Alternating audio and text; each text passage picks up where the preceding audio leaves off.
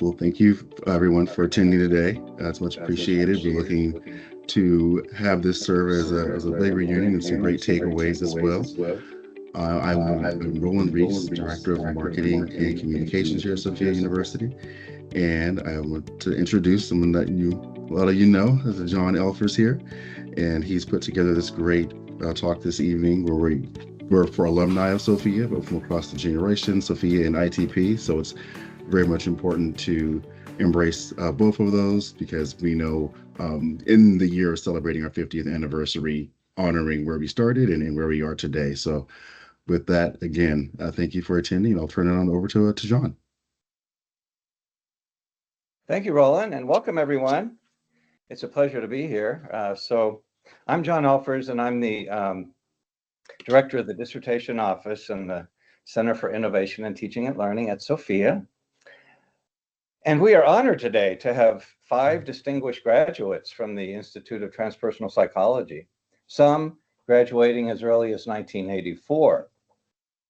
You will notice in their bios that some graduated from the California Institute of Transpersonal Psychology, because that was the earliest name of our institution prior to ITP, a little unknown fact maybe for some of you. So our presenters will be sharing their stories of what brought them to ITP, what it was like in those early days to become part of an innovative academic community. So I'll begin by briefly introducing our panel members, and then I'll turn it over to them so that we can hear their stories. I also want to mention that if you have questions, please put those in the chat and I will review those. And there will be a question and answer period. We have 5 presenters. They're each going to share with us for about 10 minutes, and then we'll have a good 30 minutes or so for you to interact with them and ask questions. So, and I will remind you, if you're not speaking, to go ahead and make sure that you are muted. So I'm going to go down. I'm going to introduce, I just want to introduce all of them right away up front here. So, and this is the order we'll go in. So we're going to start with Dr. Ruth Judy. Would you kind of wave and let people know? Okay, that's Dr. Judy. Graduated from the California Institute of Transpersonal Psychology in 1984. Jill Mellick chaired her dissertation titled A Journey Through Infertility, a Mythological Perspective, which was later published as Fierce Longing, Women and Infertility. So welcome, Dr. Judy. Thank you. Our second presenter will be Dr. Susan Light. You want to wave so we can see you? Dr. Light came to the California Institute of Transpersonal Psychology after completing a master's in clinical psychology at Penn State. At the time, it felt like a big leap to leave an APA-approved PhD program for an alternative, holistic, and emerging school located in the basement of the Viambrosa Center in Menlo Park. And I have been in that basement, so I know what you're talking about. Our next presenter will be Dr. Dwight Judy, if you want to wave, so we see you. Dr. Judy served as a United Methodist pastor in the 1970s. He completed his PhD in 1984 at the California Institute of Transpersonal Psychology. In 1986, he began directing what at the time was the external program, now called the Global Program. Our next presenter will be Dr. Salvatore Barba. I know you're on the other screen, but if you could maybe wave there for folks.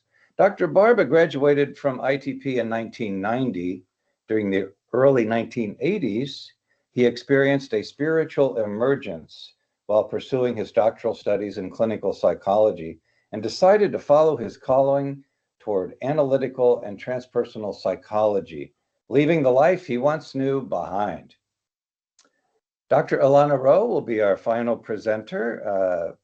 Ilana, if you want to wave there. Dr. Ilana Rowe arrived at ITP in 1990 as a master's student, midway through her career as a professor of education. She felt a calling to open her heart more fully and explore mysticism. ITP supported that dream. 35 years later, she continues as part of the Sofia faculty. So welcome, Dr. Ilana Rowe. Welcome to all of you. So, yeah, I'd like to begin. So each of you, I'm going to give you about 10 minutes, kind of watch your time. And if I need to, maybe I'll raise my hand or something and, give you a little heads up. We'd like to hear from each of you. We want to hear your stories. I'm anxious because I know I'm going to hear stories I've never heard before. So, Ruth, would you like to go ahead and begin? We'd love to hear from you. Okay. Well, I'm very delighted to be here, not only to share a bit of my story, but also to hear from the other speakers. I'm just very excited to hear what they have to say, and also to start getting to know the folks who are listening in. I think this is a wonderful opportunity. So what I'd like to do is to just jump in with telling my story of how I got to CITP, because I think it can be, I always love hearing how people find out about the school and how they end up being drawn to coming. And with my story, it actually, well, Dwight will be telling his, he actually led the way, but we both were living in Texas and decided it was time to jump into new careers and have new adventures. And we headed off to California. Dwight was going to be going to the California Institute of Transpersonal Psychology, and I was entering the master's program up in San Francisco that was dealing with health and wellness. And but kind of towards the end of the first term, I realized that the school was not a fit for me. And I struggled with what to do. And I saw that what Dwight was getting at his program seemed to have much more depth and challenge and support, and more spiritually oriented, that I hadn't even realized I was quite looking for, than what I was getting. And at the same time, I really didn't want to go to the same school with him. So, so I had to figure out what to do. And so I incubated a dream. And in the dream, I'm a child, a little girl, and somebody is stuffing my head into the toilet. And I'm yelling, I don't want to go. I don't want to go. But when I woke up and I thought about it for a while, I thought, well, that's what I need to do. I need to go into the toilet. I need to go into the depths of my psyche. And I wasn't going to do it where I was. It really wasn't safe. It wasn't the right place. And CITP was. So that's how I joined halfway through that first year. And now I'd like to just really give such appreciation and gratitude for Bob Frazier and Jim Fadiman and the vision that they had to create this transpersonal institution, this way of being in academics, but in a transpersonal way. It's just so appreciative, and that vision remains now to this day. And the faculty that they assembled, and the faculty taking this leap that they took to be getting in with this fledgling institution and presenting their material, their research in such a healing and stimulating way. I'm just very, very grateful. And when we were there, which was in the 6th year, there was only one program, and that was the residential PhD. So we were all in the same program together and going through the program together. And it was very different than now. It was very student run. We had, when you were interviewed by other students, by students who were further along in the program, not by administration. We were kind of the administration piece of it. We ran a lot of things. I was involved with the Academic Standards Committee, and there were other committees. So it was very different. We were just very hands-on in the program. And the different courses that we took, intellectually stimulating, but always grounded in what was important to us personally also, what meant to our psyches, what we were learning intellectually. And we had Aikido, so the body was very involved. We had Jinshindo acupressure, which I continued to study outside of the school. We had chanting. I actually got 1 unit of credit for chanting. I thought I died and gone to heaven. I couldn't believe that such a thing existed, of getting credit for something like that. Plus, I can't carry a tune, so I love the fact that, but I could chant apparently. So I love that. And one course that I knew I was absolutely not going to take. I was there to push my edges, but I was not going to take Tarot. That was just beyond what I could do. And then I met Angeles Arian, who taught Tarot and took the course and loved it. So that, it just invited you to keep exploring your edges and supporting you in doing it. Near the end of our second year, we had a vision quest, and it was optional whether or not you went on that, and a number of us did. And I think for me and for others, that was part of leading into our focus for our dissertations. At the end of the second year, we had an internship year. And during that year, much of my focus was on working at CARA, which is a grief counseling agency. I just thought that to me, and it was dealing with people who were grieving or who had a life-threatening illness. And I thought being with somebody who was dying or had a life-threatening illness or any of those, I just thought was very scary. And somehow, again, because of the people involved, a number of them were CITP students, I had the support and courage to make that leap, and ended up being there for a number of years, and eventually joined the staff there. At the getting into then the dissertation phase, as John mentioned, and I think that little write-up, Jill Mellick was my advisor. And the dissertation, I think, and I've been on a number of dissertations since then, as a committee member. People really do what's in their hearts and souls, perhaps where they feel most vulnerable, where their pain may be, what losses they may have experienced, whatever. It's something deeply personal. And mine certainly was for me. It was on women and infertility.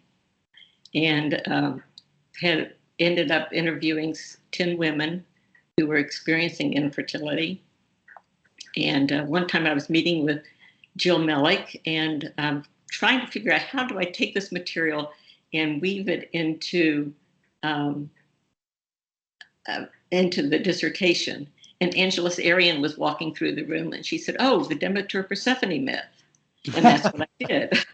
It was perfect, looking at both the going down into the toilet, of being involved in that, being engaged in the motherhood experience of it. It just caught all the different aspects for me, and it was a wonderful experience. After about 10 years, Dwight and I moved to Indiana, and it was there that he was coming for us to lead a spiritual retreat center, and I started a bookstore there, which combined my love of books and spirituality.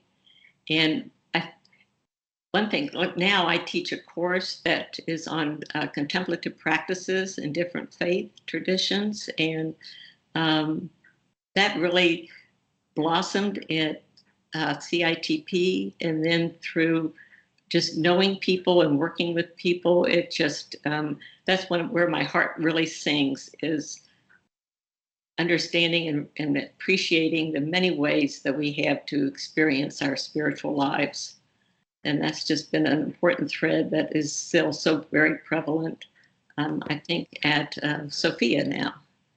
So I continue that both with the courses I teach at Sofia, as well as in I'm on the board of a spiritual retreat center here where I live in Indiana, and still also very active with the library. My love of books continues as well. So I think that's kind of sums it up for me, but I just didn't want to say how much I appreciate the sharing, and now eager to hear from others.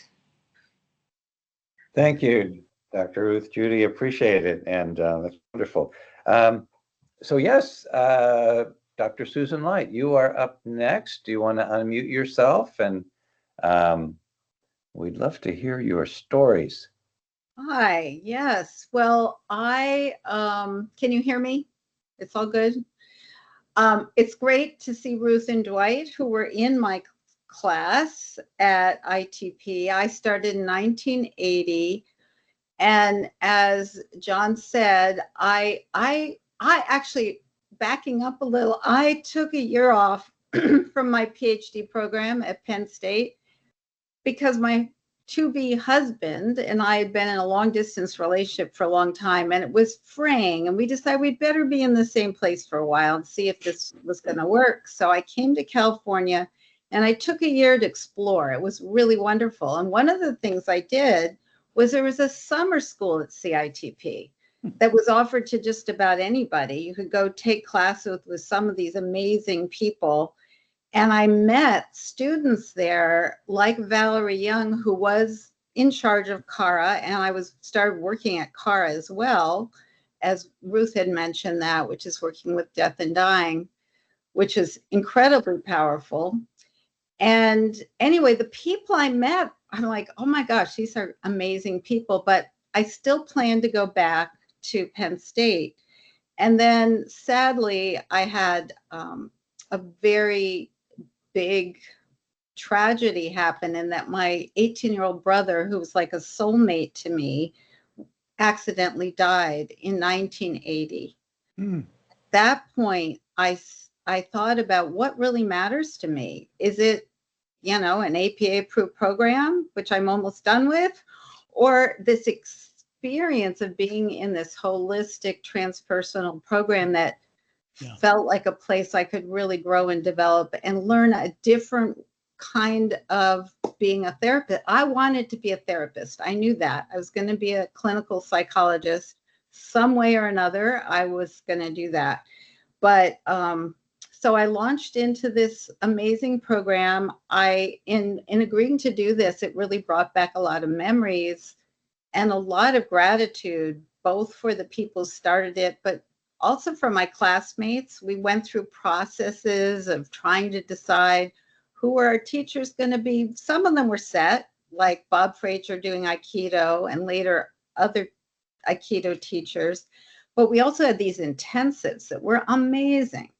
Like, I was thinking the other day, did I dream this? But Feldenkrais actually did come and teach us. And we did classes with him. And his story was amazing, if you've all heard of the Feldenkrais method.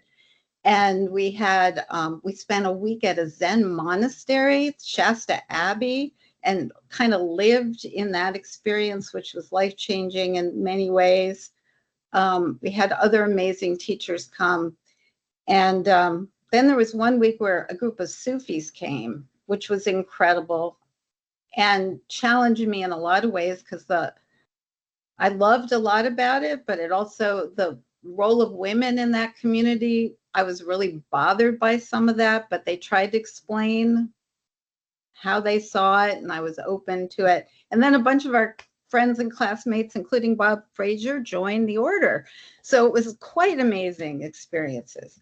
But one of the things, two of the other aspects of being there, besides the chance to work with all these amazing faculty, were the group therapy. We did group therapy together for 2 years. And that was transformative because we got to know each other deeper and deeper and deeper and work on, we were all very different, I would say, coming from different places. So that was beautiful. For me, Aikido was incredible. I was a little girl with no eye-hand coordination, afraid of doing a somersault when I was a kid. And then suddenly, here I am doing shoulder rolls and, doing all these things that it gave me. I learned about something that seems very normal to most people, but, oh, I've got a core, I've got a center, I've got chi, I can, and like I used to go backpacking, and every time I had a backpack on and crossed a river over rocks, I always felt I would fall in. This is a silly example. And I did many times slip. But once I learned Aikido, it was like, oh, I know how to do this now. That's just an example of a practical way that this program, the philosophy and everything, just changed my relationship to my body, to my spirituality. And certainly the other big thing for me was learning not just techniques, but the essence of being a good therapist and how to be with people from some amazing faculty and teachers. And so my internship year there was a transpersonal center. That was a place where people could come get low-cost therapy done by students, and we were supervised. I think it was June Singer who was the main person, but I think we had other people too. She was a Jungian analyst. So I did that for a couple years, and I was also working in other settings. By the way, I supported myself the first 2 years by working in a daycare center in the mornings, and then our classes were in the afternoon. So that was great because the kids were amazing. They were between 3 months and 4 years old. And then I go to ITP and do Aikido and everything. So it was fabulous.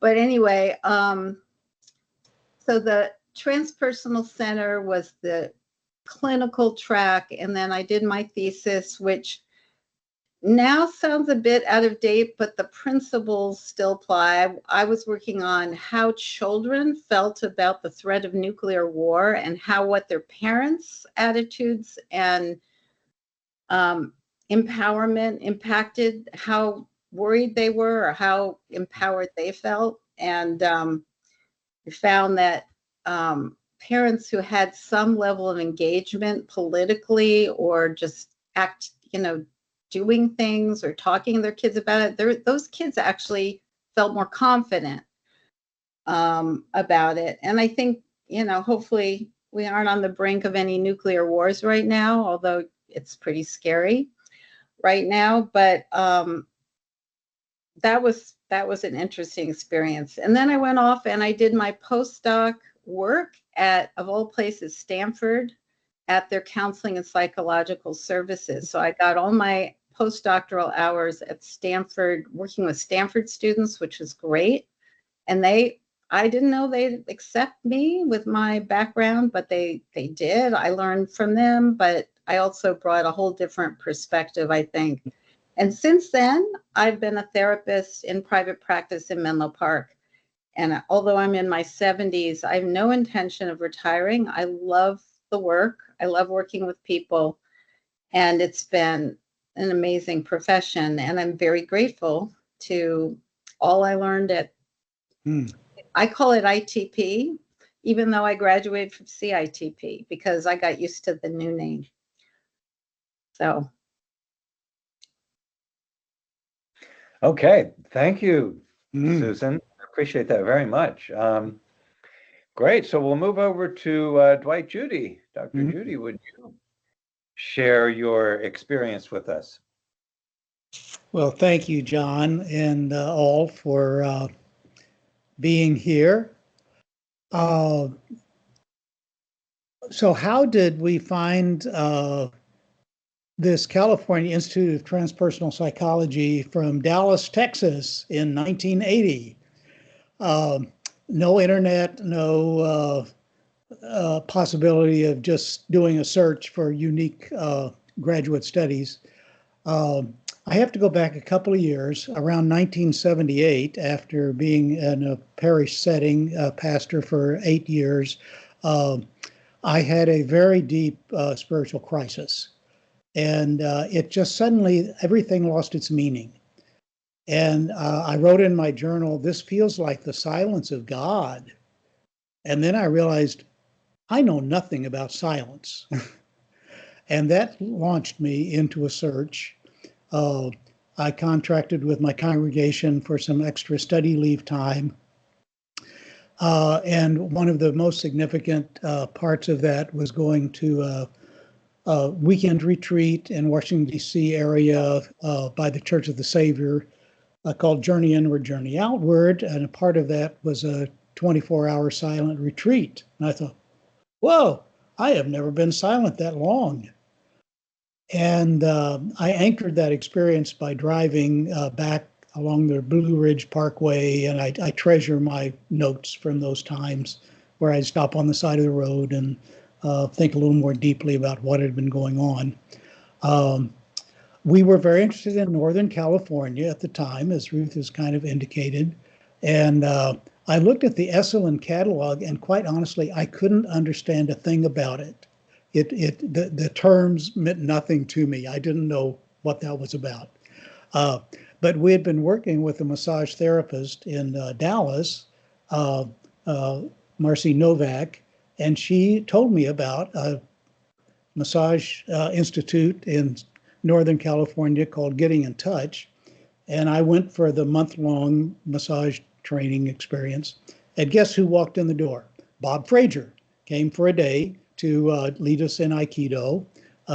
Elaine Malin was on the staff, and she was at the time a student at ITP and chair of the admission committee. And furthermore, Luis Jensen was in my class, and he was also at ITP. And a former Roman Catholic priest who had married and was entering into this transitional time. And I called Ruth and I said, I think I found it, but we have to move. And she said, didn't you know I've been ready to leave for 2 years? Okay, maybe we can do this.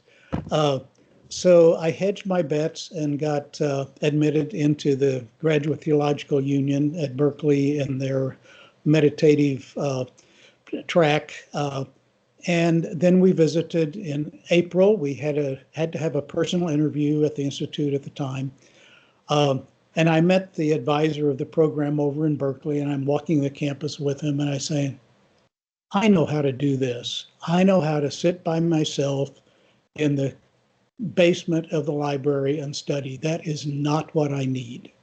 Instead, I got to this group interview of the students at the Institute, this amazing body, mind, spirit focus, and that's it. That's what I need. And indeed I did. And a little shout out to Susan, who I always think of as kind of the most gifted, emotionally present person in our class. Thank you, Susan. Who in those very large group processes kept bringing us back to the depths. And again, a shout out to Bob Frazier and Jim Fadiman, who somehow attracted this amazing faculty. So Frances Vaughan, in her theoretical foundations of the field, and Angelise Arian, as Ruth mentioned, in her deep symbology. In the second year we were there, June Singer came, who had founded the Chicago Jungian Institute. In her retirement from there, she came. She was then my dissertation supervisor. Arthur Hastings, I had 2 years of dream work with Arthur, and his guidance to us into parapsychology and kind of this visual training element of deep intuitive knowing at a distance that I was never good at. And we'd had such things as the Enneagram. Luc Brebillon taught that before it was a thing, before we knew, and as Susan and Ruth mentioned, the body work. I think of it as in those early 80s, we were previewing what became the mind-body field in medicine.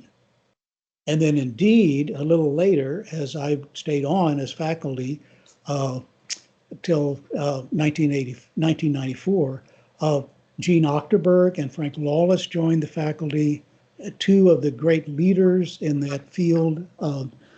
Gene had been the research director for the first work done in imagery with cancer research, laying the foundation for what now is kind of a normative part of the alternative medicine practice. So we were very, very fortunate in what we received from these stellar individuals. My internship year, I was invited to teach the psychology of meditation class for the next group of students, and formed my practice into teaching, which I was being mentored by in this faculty.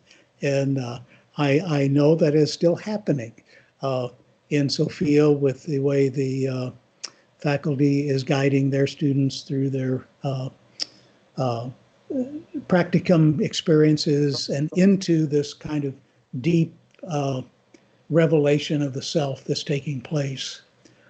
Concurrent with entering the Institute, I discovered Father Anthony Morello, a Carmelite monk in Dallas, and he grounded me in many small summer week-long courses in the core contemplative Christian practices out of the Christian tradition.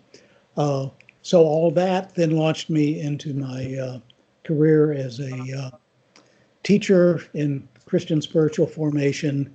I began visiting at the Methodist Seminary in Chicago in 1984. They kept asking me back. And when we landed in Indiana in 1994, we created, through the seminary, the United Methodist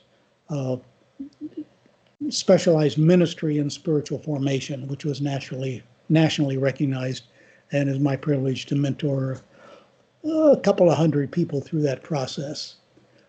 Now, my work is events as invited and doing one-on-one spiritual direction. And I got my training at ITP in those wonderful depth listening practices that we learned from Kathleen Spieth and others in our psychotherapeutic technique classes. So it was very, very rich and continues to be. Thank you, John, for the invitation, and to our fellow friends and classmates here. You are very welcome. And I would like to add that Dr. Dwight Judy was on my dissertation committee in 2009. So, and I'm sorry, I forgot. I need to add one more thing. So, yeah. Another shout out to Jill Mellick, who was Ruth's dissertation supervisor. She was our first dissertation coordinator, by the way. Her training was as a Jungian analyst and had immigrated from Australia, where she worked in the Australian higher education level. She brought the design that is still being used in our global program for course development. So in my years of working with the external program, we really located this basic design where you have to lay everything out. We started out with giant folders that were sent out. People then responded on tape or by communication or in correspondence in those days. We had the first internet-related program when I was leaving in 1994 based on email. And Ruth Cox developed that program. And it was my privilege to hire Ilana. Wow, who is coming up there in just a moment. So thank you, Dr. Judy. Our next presenter, Dr. Sal Barba. I think if you start talking, Sal, you'll come up in on the screen. Are you? Can you unmute yourself and come in? Can you hear me? Yes. Okay, so I am unmuted, and when I connect with my camera by turning it off, it won't turn off. Oh. I mean, it won't turn on. So you'll have to forgive me. I wish you could see me, but we'll just have to go with what is. We can hear you fine. So go ahead and okay, great. And share with us. Yeah, like many. Hi, Ruth. Hi, Dwight. It's so good to see you both.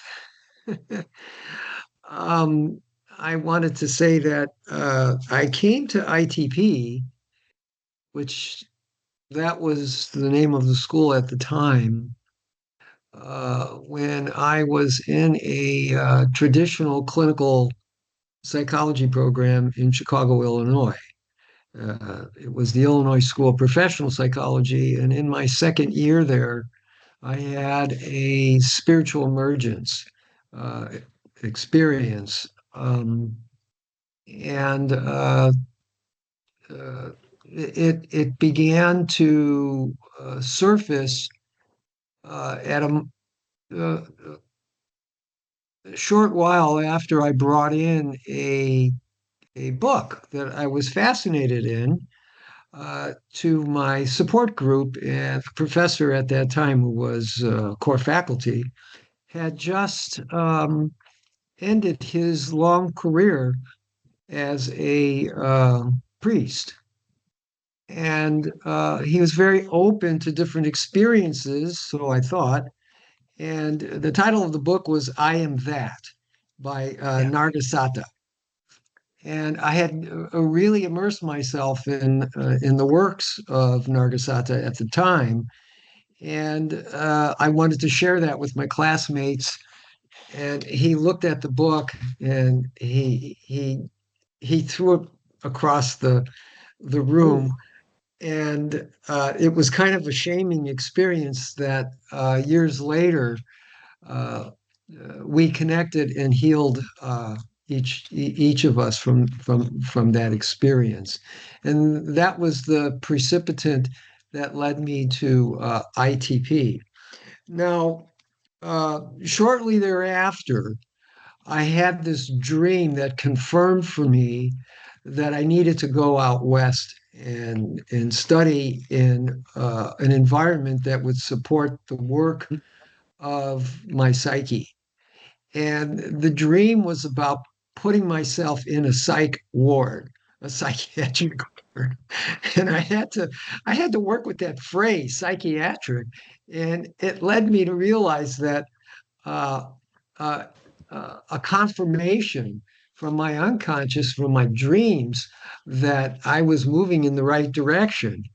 And and I took a big leap to trust that this was the way to go. And I left all of my friends, including my marriage at the time, and immersed myself in the work at ITP. Uh, I worked with Dwight and others, and we did some very deep work there.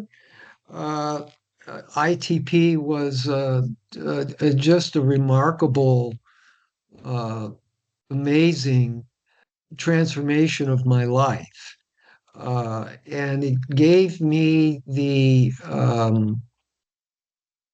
capacity and the courage to go deep into my own shadow, as well as working with the collective shadow in my class, and the collective, and then the collective, not just the personal collective. Um, that was a very challenging experience for me, and I met wonderful teachers like Angie Arian, uh, um, uh, Bob Frazier, Jim Fadiman, and Francis Vaughn, June Singer, uh, and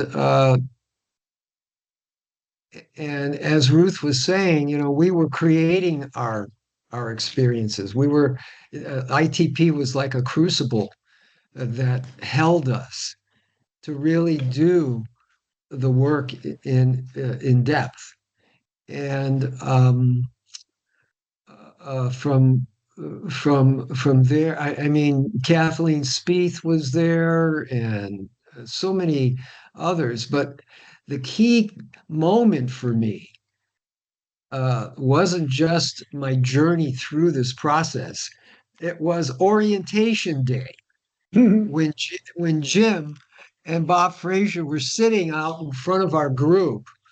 And of course, other students, upper grade students, would come in and share their experiences with ITP, but they really wanted us to know that this environment, this education was an experiment,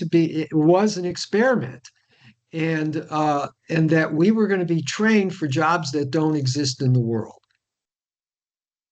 We were going to be educated for positions that didn't exist in the world. And some of my classmates were really threatened by that philosophy. It was scary, but I wanted to take the plunge to just learn as much as I can in understanding what that meant.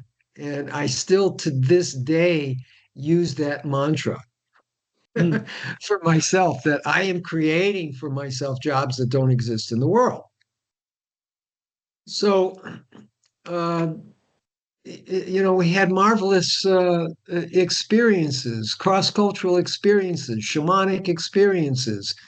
That was a time when there was such a rich movement into not just bioenergetics, but also spiritual emergence. Stan Groff's work was coming into play, and we had many group seminars and sessions where if anybody had walked into that room, they would have most likely been like freaked out, because everyone was having their experiences with holotropic therapy, which is that's where that concept was introduced to me. Once I moved into time to leave the nest, that was very difficult for me. ITP was like a nest and a safe place for people to really dive deep. And from there, I took on an internship at the International Focusing Institute, where I started to plunge in with Eugene Genlin, Mary McGuire, Angie Arian was on my committee, Dwight was on my committee. And I began to really sink deeply into and reflect upon my archetypal experiences at ITP. Along that period of time, I had entered a deep study of Tibetan Buddhism and contemplative psychology. And I started to move into a process through Dwight's help as well to integrate those modalities of spiritual experience.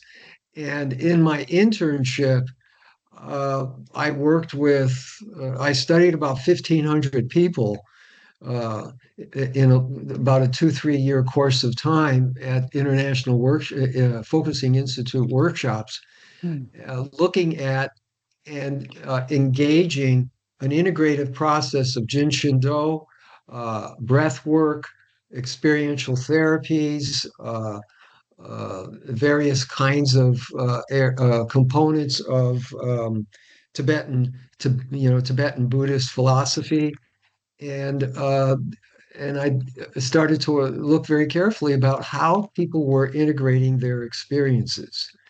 And then that led me to be on a list of other therapists heard about some of the work I was doing and started to refer their traumatized clients into my practice for a little bit of work before referring them back. And that was a really powerful period of time in my life. I was living in Evanston, and I also began a course of study at June Singer was the founder of the Jungian Institute in Evanston, and that's where I met my wife, and that's where I did a lot of work in depth psychology. And then that was the area where I met my analyst, and we took on a very deep journey for 30 years of analytic work, dream work, and yeah, I'm still integrating all that work. She died a few months ago. So I have been going through a grieving process around that. After about 15 years of working at going on staff, becoming a staff member, completing my dissertation, I began to teach internationally with the Focusing Institute workshops. I became published, and I recently was published in a chapter on the third edition of quantitative encephalography and neurofeedback. It's now being used uh, in graduate studies for students that are studying neuroscience. So after 15 years, I left the Institute to go off and study the thousand petal lotus, the neocortex, the limbic system, primal states, and I began looking very carefully at how we can facilitate through very advanced software like SW Loretta, which is sorted, weighted, low resolution electromagnetic tomography, where you can actually record people's experiences in live, where you look at the surface of the cortex and the subcortical areas of the brain, while people are learning. Where I teach them to begin with a neutral state. Let's now bring up a heavy traumatic state, and let's now support the brain to transition into a healthy, open, uh, uh, affirmative state. And over time, I was able to train individuals to learn how to transform their traumas, their developmental traumas, and any other types of traumas that they were bringing into my clinical practice through that model I developed about 4 years ago. And now I teach that model, and I've been doing conferences, international conferences in neuroscience. But that's where I shifted. I shifted from experiential work, from all of the Genlin work, and I'm coming back to that now. And for the past year, I've been studying the philosophy of Genlin's work. It is experiencing in the creation of meaning. And I'm bringing that into more depth in my work with my clientele. And that's currently where I am right now. Thank you, Sal. It's amazing to hear the whole arc of your professional career here. Thank you. And last but not least, Dr. Ilana Rowe, who also has a very interesting story. She's kind of the bridge between some of these earlier times and all the way into today. So, Ilana, I will invite you to come in here and share with us. Thank you, John, and thank you for inviting me. This was a really wonderful experience to go and think about the past like this. So I arrived at ITP answering this deep yearning that I had. I already had a PhD in curriculum and instruction and was a teacher educator at different universities at the time. But there was a really deep aching in my body, longing to be part of a spiritual, creative, and mystical world that I wasn't getting in teacher education. But I had this career going already. But then I got married. And when I got married, I was teaching in New York. My husband was in Kansas. And I went there to live. And suddenly there was a void. And in that void, I said, well, what do I really want to do with my life? Back then it was, you be a teacher or a nurse if you're a woman. And that wasn't what I wanted to be. And I liked it, but it wasn't the deeper calling that I had. I wanted to study something that connected me with a deep, long fascination I had with mysticism. And and I always wanted to study psychology, but not the kind that they taught at other places. You know, I started an intro course. I was like, oh, I can't deal with this. So I let that, you know, on hold until I found, and it was ITP when I went. So I searched and looked for schools nearby. And then I opened, and I looked for distant learning, but I opened a book, a magazine, Common Boundary Magazine.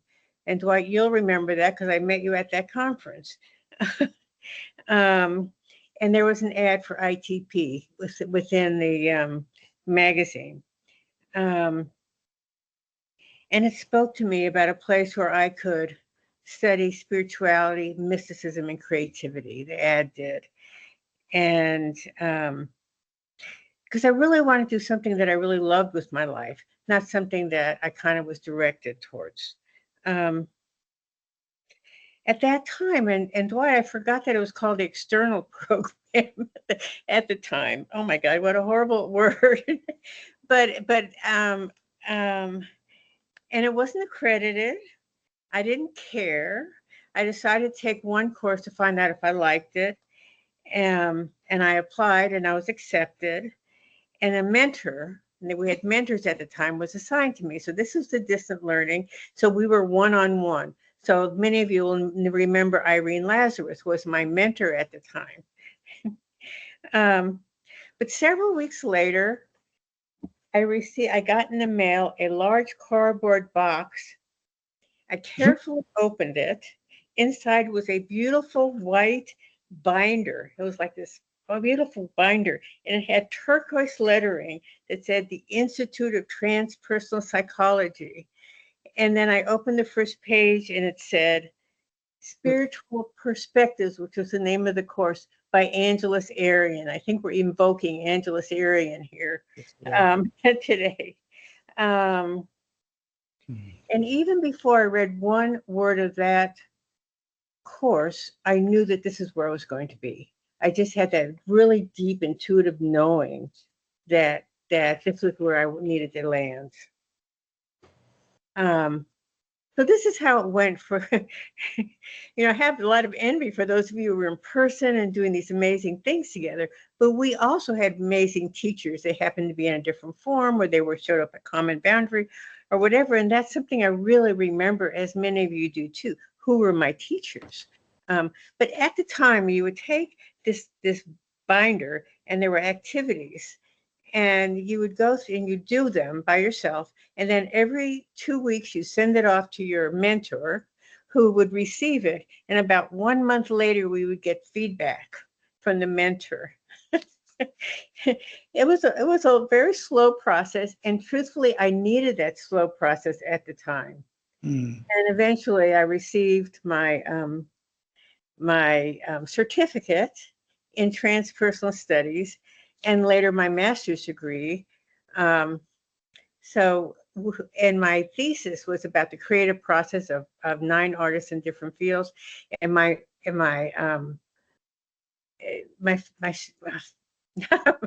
teachers there were Angeles Arian and Natalie Rogers. Those were the people who were part of my thesis, and they were wonderful.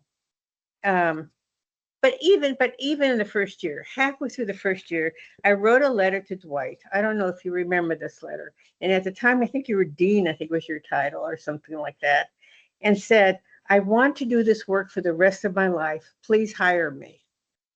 He took the request to the board, and they decided it would be okay. And I began to mentor first-year students at the time. And it was like such big heart work. I so loved it, and I still love it. And then later, I became a core faculty, and I took what the original courses and developed them for online learning and made them very experiential out in the field and reflective and all that. And it's been hard work all my life.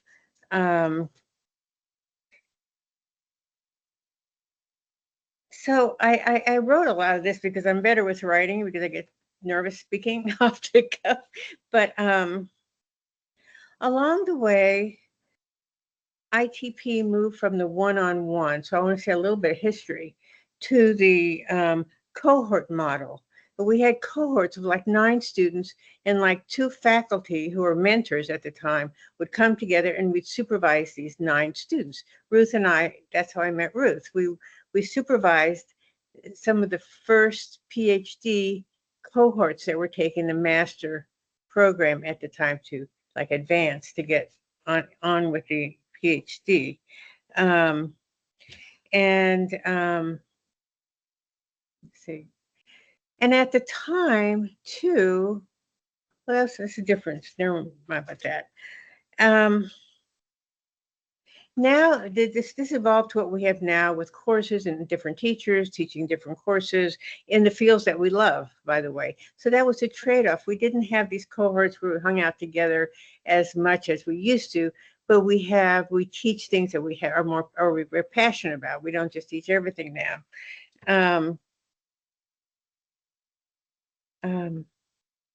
And I've been amazed at how it has grown. I mean, we've grown from one school with 2 specializations, spiritual psychology or creativity, into coaching, into a certificate in eco psychology, and now it's all translated into Chinese and Korean, and it's taught there. So it's like grown and grown and grown, which has been amazing to me. And then the seminars have been really, really integral to the online program. For those of you who don't know them, but they used to be called, what were they called? Somebody mentioned it before. Intensives. Another bad word. They're now called seminars, where we gather and we meet with our people who have joined us, who have come at the same time with our cohort. Thank you, Rosalie. And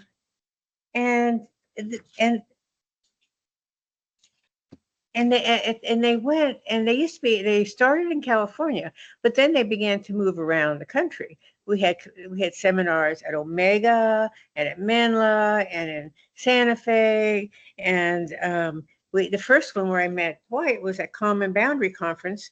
We all had to go to this conference, and then afterwards we went to the 4-H club to have the smaller seminar, and we really got to, how it is. You get to really get to know and love the people that you're in school with. And that was really important. And the speakers were amazing. All of you were talking about those teachers who came to ITP in the day. Well, we also had many of those speakers. We had speakers like Matt Fox, Jeremy Taylor, Louisa Teach, Angeles Arian, 2 of the 13 grandmothers. Bob Frazier came, David Abram. And so that was our version of getting taught by June Singer. We've had amazing teachers come through that we've hung on to.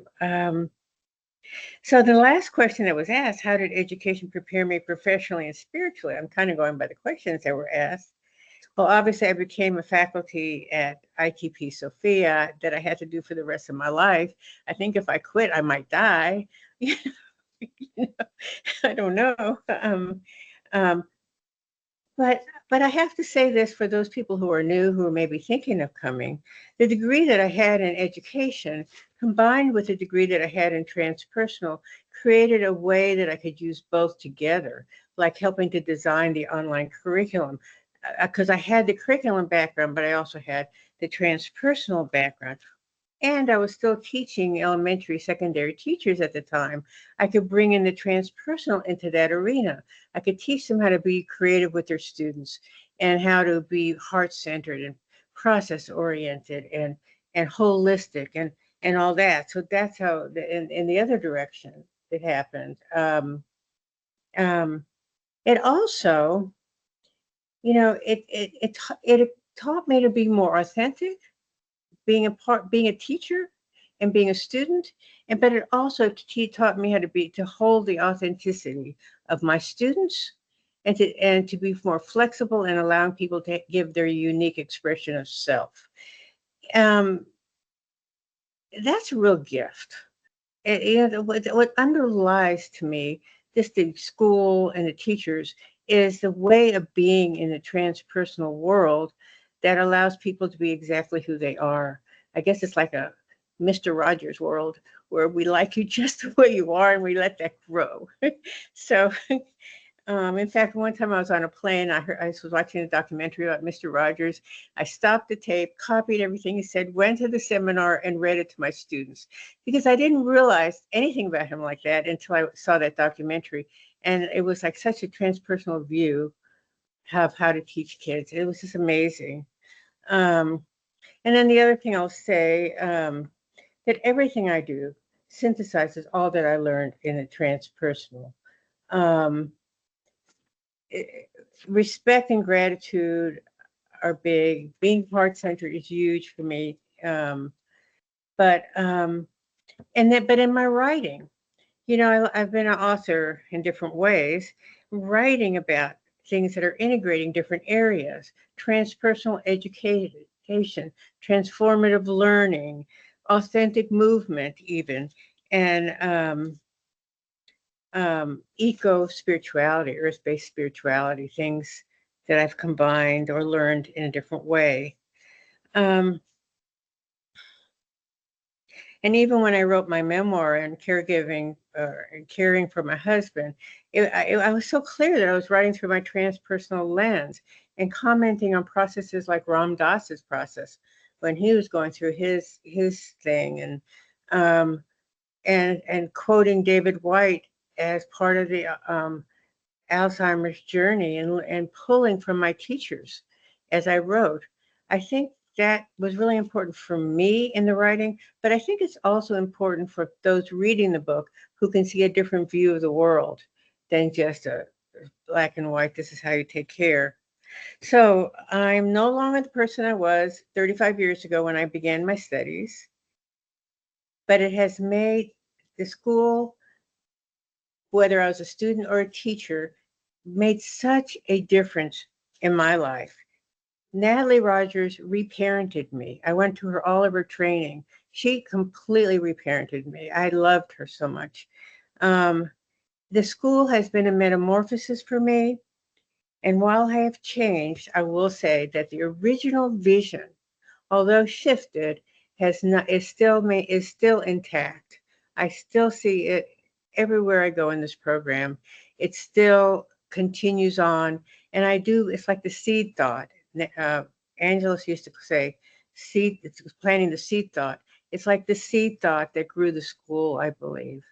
And by the way, since we all love Angie here, the first module that she wrote, and we switched it over to embodied spirituality, included other things. I dedicated to her in the rewriting of it.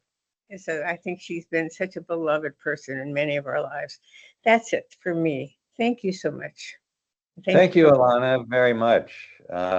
Thanks to all of you. And what I'd like to do now is open it up to our participants, our audience here for comments or questions. Some of you maybe have your own, a little bit of history there. I do want to just make one observation, and that's that across all five of you, it really seemed like you were called to ITP out of some deep longing. That's what I'm hearing from each of you, that you were, I don't know if you found the Institute or it found you, but there was some deep longing there. And honestly, I still see that in students. I still hear that, that phenomena of like, here I don't know, I'm being called to this work, to this study, to this field. So just an observation I wanted to make. It seemed common across. So please, comments, questions, at the top, you can raise your hand if you want to click on the little hand, and we will recognize you and would love to hear your comments or questions.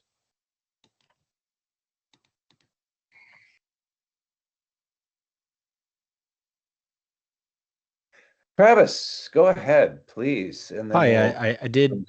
Thank you, everyone. It was nice to meet you all, and it's a really beautiful experience.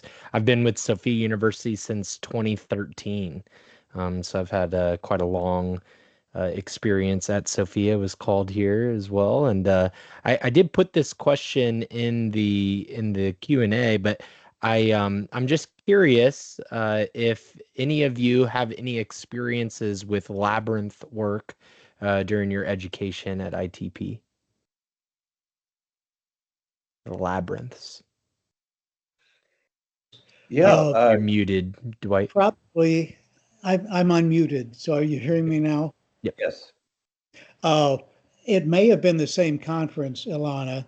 We were at the first time that the labyrinth was presented publicly, which was at a Common Boundary conference. And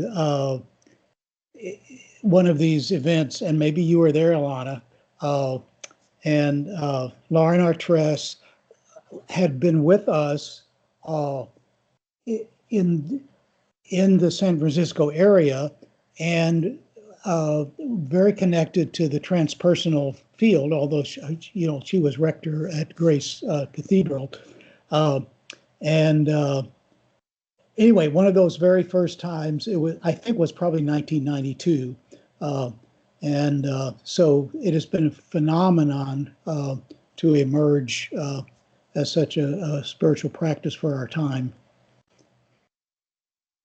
Lauren Artress's book, the Sacred Walk, I was trying to find it, Yes. is exceptional. Yes, it's really, really good.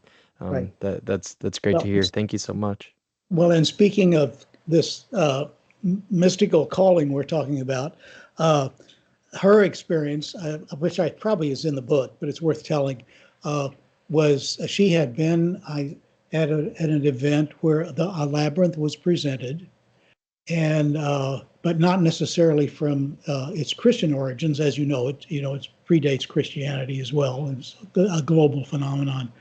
And suddenly she's just kind of smitten with this thing, and she talks about pacing back and forth in her living room saying, "What is it? What is it?"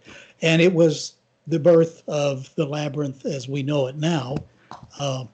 And so amazing to then also, the names won't come quickly here, but the rector at Grace Cathedral knew the rector at Chartres, and they have a friendship, and all of this then began to blossom, so that it's through Lauren's work that the Chartres Cathedral reopened its labyrinth after several hundred years.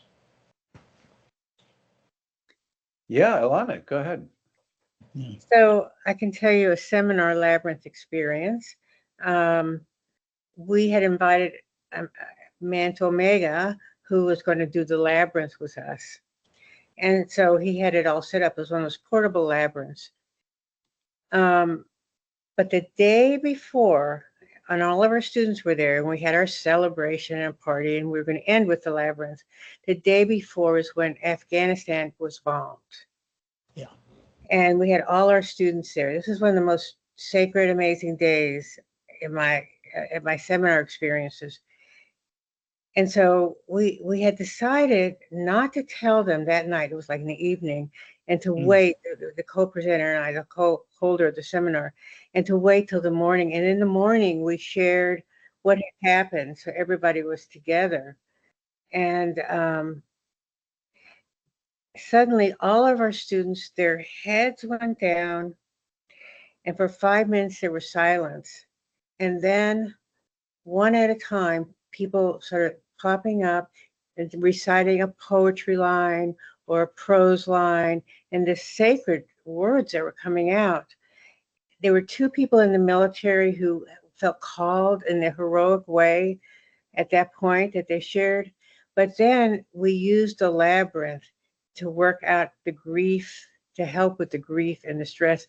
And so all of our students went through the labyrinth very, very quietly, obviously, to process that grief. So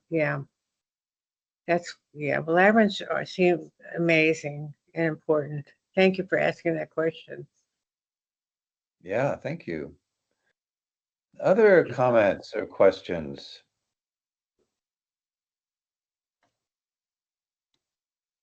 Looking around. Yeah, Neil, I see your hand up.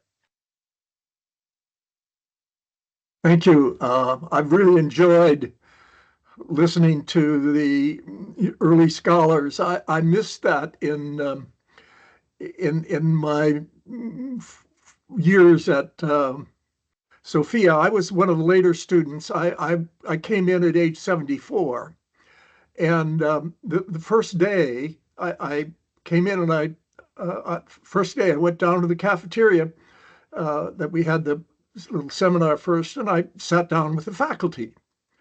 And they said, "Oh, who are you?" And I said, "Well, I'm a student." And they said, "Oh, well, what are you doing here?" I said, "Well, I've been a full professor for 20 years, and I'm now on the faculty at Atlantic University and scholar in research there."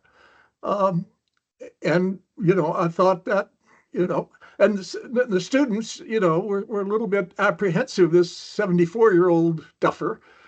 And but afterwards, one of the senior faculty members, and I shan't name names, correctly took me aside and said, "Neil, you're a student.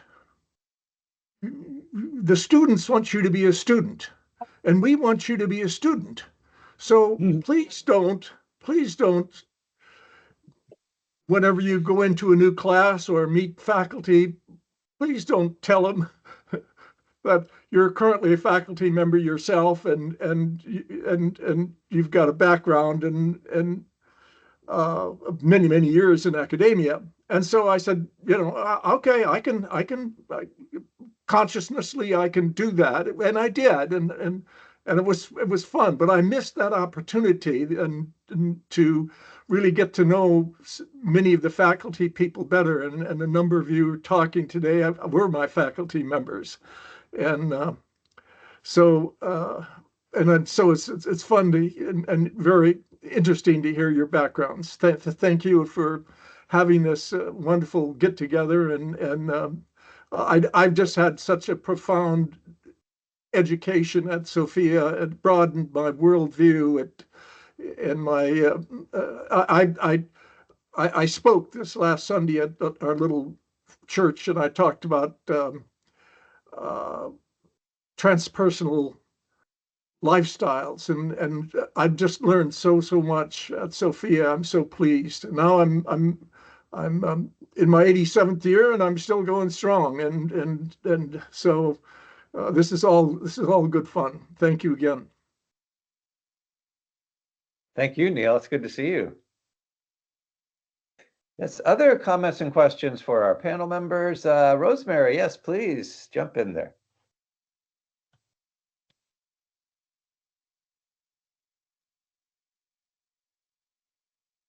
You are muted. You are muted. Okay, There you go. gotcha. There you go.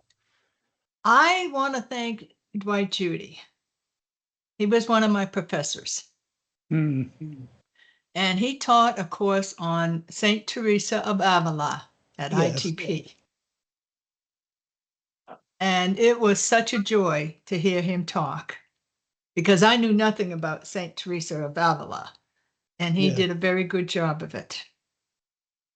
So I just wanted to thank you. And thank you for having this program too. And listening to the older ones that, well, they're younger than me, but the older journey, than mine. I went in 93 at ITP. And so, but I just wanted to thank you. I thought it was a special time. That's it. Thank you, Rosemary. It's good to hear your perspective here too. Yes. Others who would like to jump in, make a comment, or ask a question?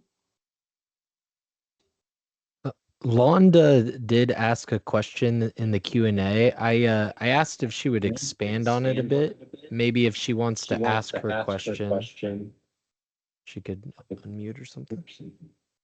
Londa, would you like to ask your question there? Okay, can you hear me? Yes, go ahead. Oh, sounds good.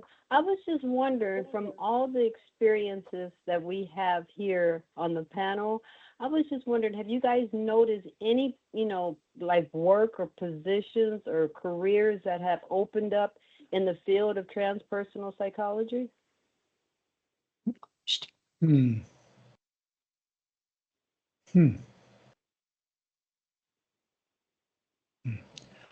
Well, Um, one thing I might say, this is Sal, uh, is I don't know about positions, but I do know that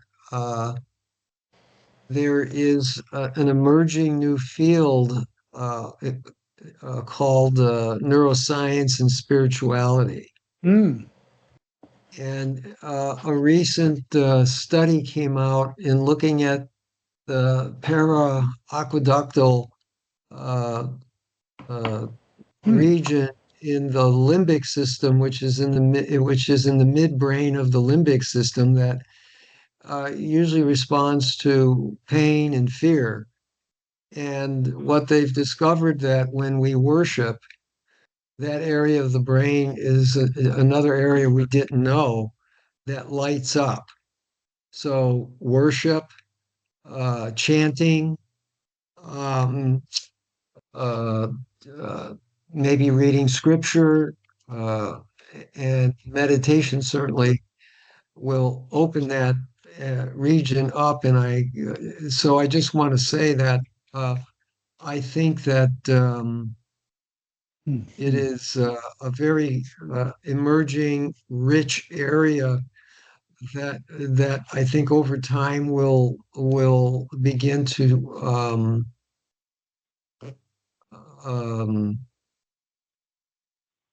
move toward the areas that we have studied that are so rich in implication regarding transpersonal psychology. So the other thing I was going to say is that when I did leave ITP and move toward uh, the Focusing Institute, and then beyond that, I I did go back to I went to Saybrook Institute, and I did a year and a half study there. I was in another doctorate program there, and they basically said, why are you still in the pro? Why are you here? You can think, you can write, you can do research, so go out there and do it." And uh, and at that time, I was working with Gene Acteberg, so Stanley Krippner, and so I think we are moving in that direction. I only wish that we would move more quickly in there being more uh, transpersonal, if you will, transpersonal positions. Mm. mm. Thank you for that. Yeah, Susan, you want to make a comment?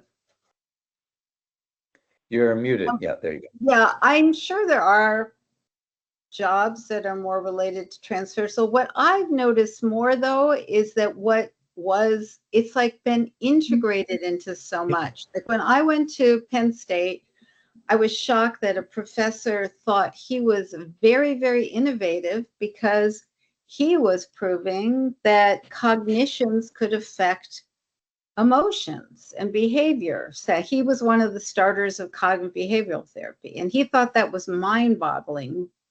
To me, that was like, of course.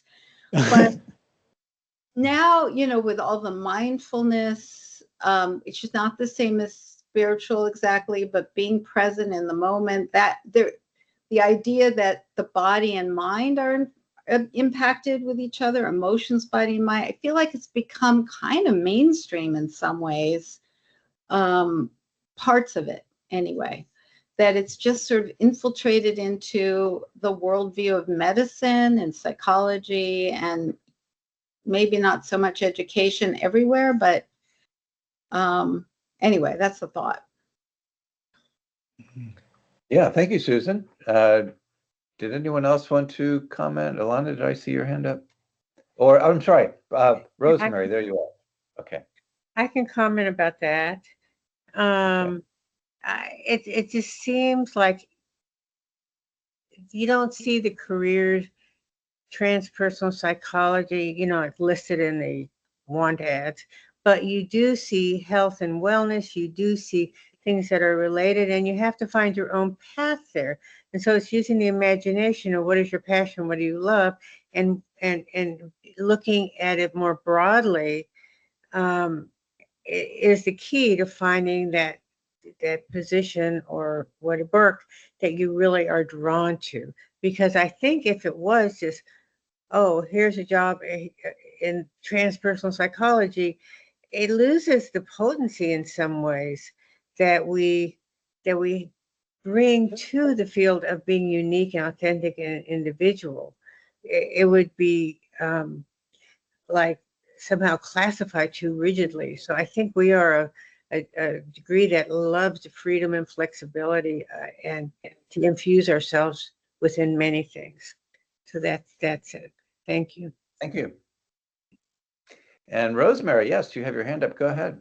Yes, I'm on the East Coast in the South, and I'm seeing it connected with hypnosis. Mhm. A great deal. People are trying to bring it in and give us a different viewpoint of not just typical hypnosis or showman's hypnosis, but transpersonal hypnosis. So I'm seeing it quite a bit on the East Coast. Yeah. Yeah, and I would echo some of your comments about, that it's being integrated and, transpersonal psychology is now transpersonal studies. We're infusing the transpersonal into our MBA program, our computer science, and we're sort of expanding out that way. So we're seeing those kind of feelers moving in those directions too. So yeah, other And also, comments? one I more just thing, wanted to- I'm using transpersonal with my research that I did for my dissertation, which was on panic attacks, and looking at it from the insider's perspective of what it's like through the transpersonal lens, transpersonal psychology. So my book that I've just finished is also that type of focus. So I think we're going to see more of it.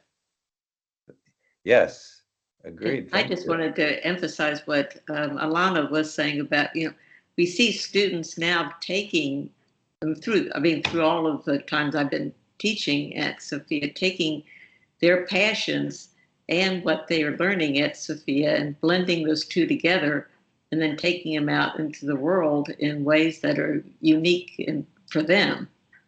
But it's not necessarily going to be labeled, transpersonal, but it's what they're doing, and it's coming from their passions, and they're developing it.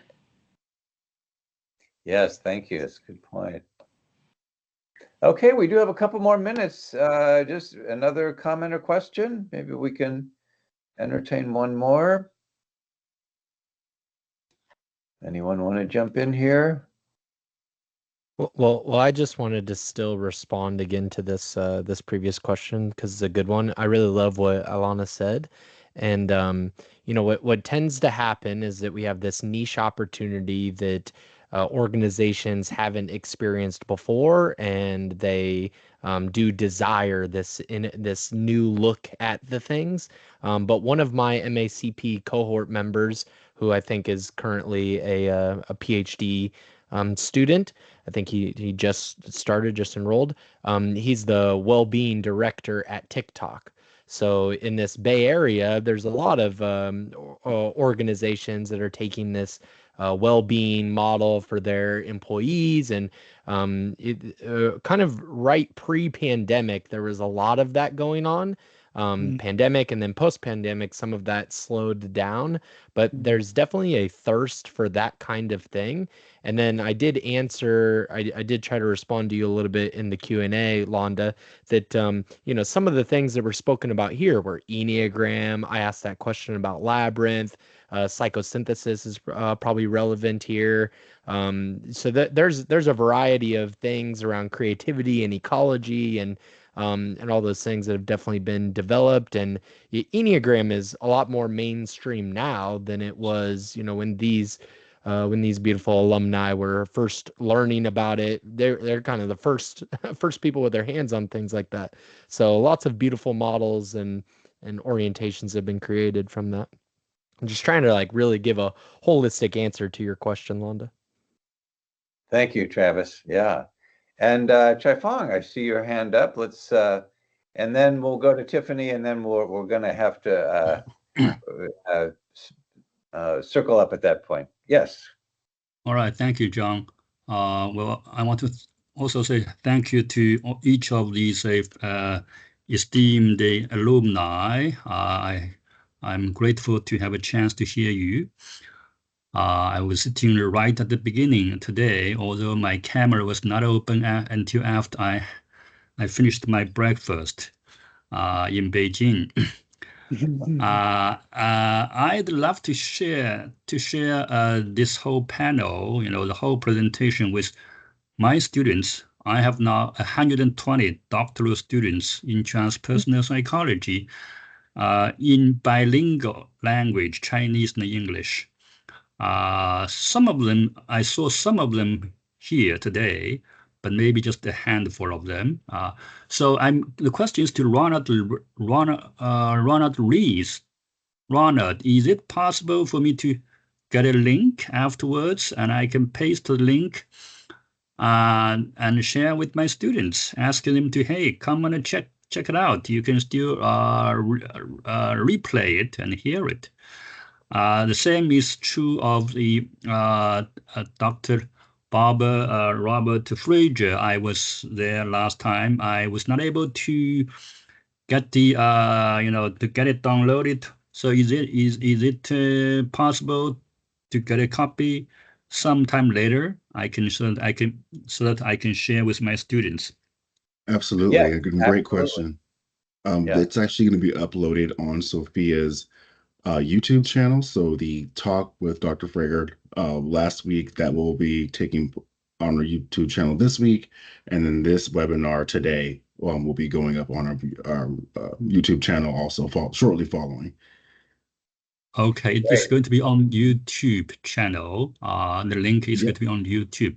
Yeah. All right. And I can share again, the link to Sophia's YouTube channel because there's lots of good information in general and videos that are frequently uploaded there, especially as we celebrate our 50th anniversary this year. So, yeah. Okay, I thank you for that. But unfortunately, YouTube is not easily available in China. Is there any other ways to go around it? Great. Thank you, Travis. There's different. I know that we can upload it to different platforms for China specifically. So I'll send that directly to you. Okay, thank you. And, the second question is to go ahead. Bob Salvatore, right? Did I say correct? yes. I'm curious. Are you still? It sounds like you're still active teaching, right? Domestically and internationally. I would be happy to connect with you afterwards. I saw your email. I would like to invite you as the chair of the program, the PhD in Chinese, in transpersonal psychology. I'd love to invite you at a certain time to speak on your expertise, the meditation experiences and neuroscience and that kind of connection, and your comments and your your experiences of research and practice. Is that possible? Yes, that would be possible. I just it's a matter of organizing and scheduling it, in advance to make that possible. But I would love Sure. to do that, certainly. Okay. Well, I'll connect you. I'll write email to you. Please check your mailbox, even your junk box. Thank you. Okay. I often have to do that, but thank you. Thanks for the two of you. It looks like we're expanding the job market even here in our webinar. Okay, Tiffany, I would love to hear from you, and we're going to give you the final word here. How's that? Okay, great. Hi, John. Nice to see you. Hi, everyone. First, I just wanted to share my love and gratitude for my teachers.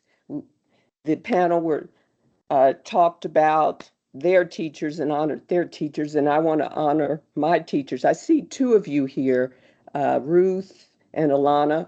I want to thank you for all that you helped create and develop within me. And you're always a part of me. and always will be. And you already know that. I've told you so many times how much I feel about you and how much I love you. So I want to honor you. Now, to the question about jobs, I want to piggyback on what Alana stated. I'm a former Sofia faculty member, and I facilitated the practicum courses. And I believe Alana was the creator or primary creator of the practicum courses. So she's aware of what I'm about to say. Those courses allowed students to develop their greatness, something that they wanted to do once they graduated, using their transpersonal education to create a job, if we want to use that word. I think that word is passe. And I'm a perfect example of that because I use my transpersonal education in my to create films. I'm an award-winning documentary film maker, and I create films about the transpersonal. Recently, I was a guest on the Dream Journal, in which I shared my education at Sofia and my current film, Dream, Wisdom, and Healing. And that was because of the education I received and Alana's tutelage in her class, Transpersonal Approaches to Dreams and Dreaming. And we have to dream big. This is transpersonal psychology is expansive. It's beyond these boxes of just teaching. Alana told me that when I resigned last year.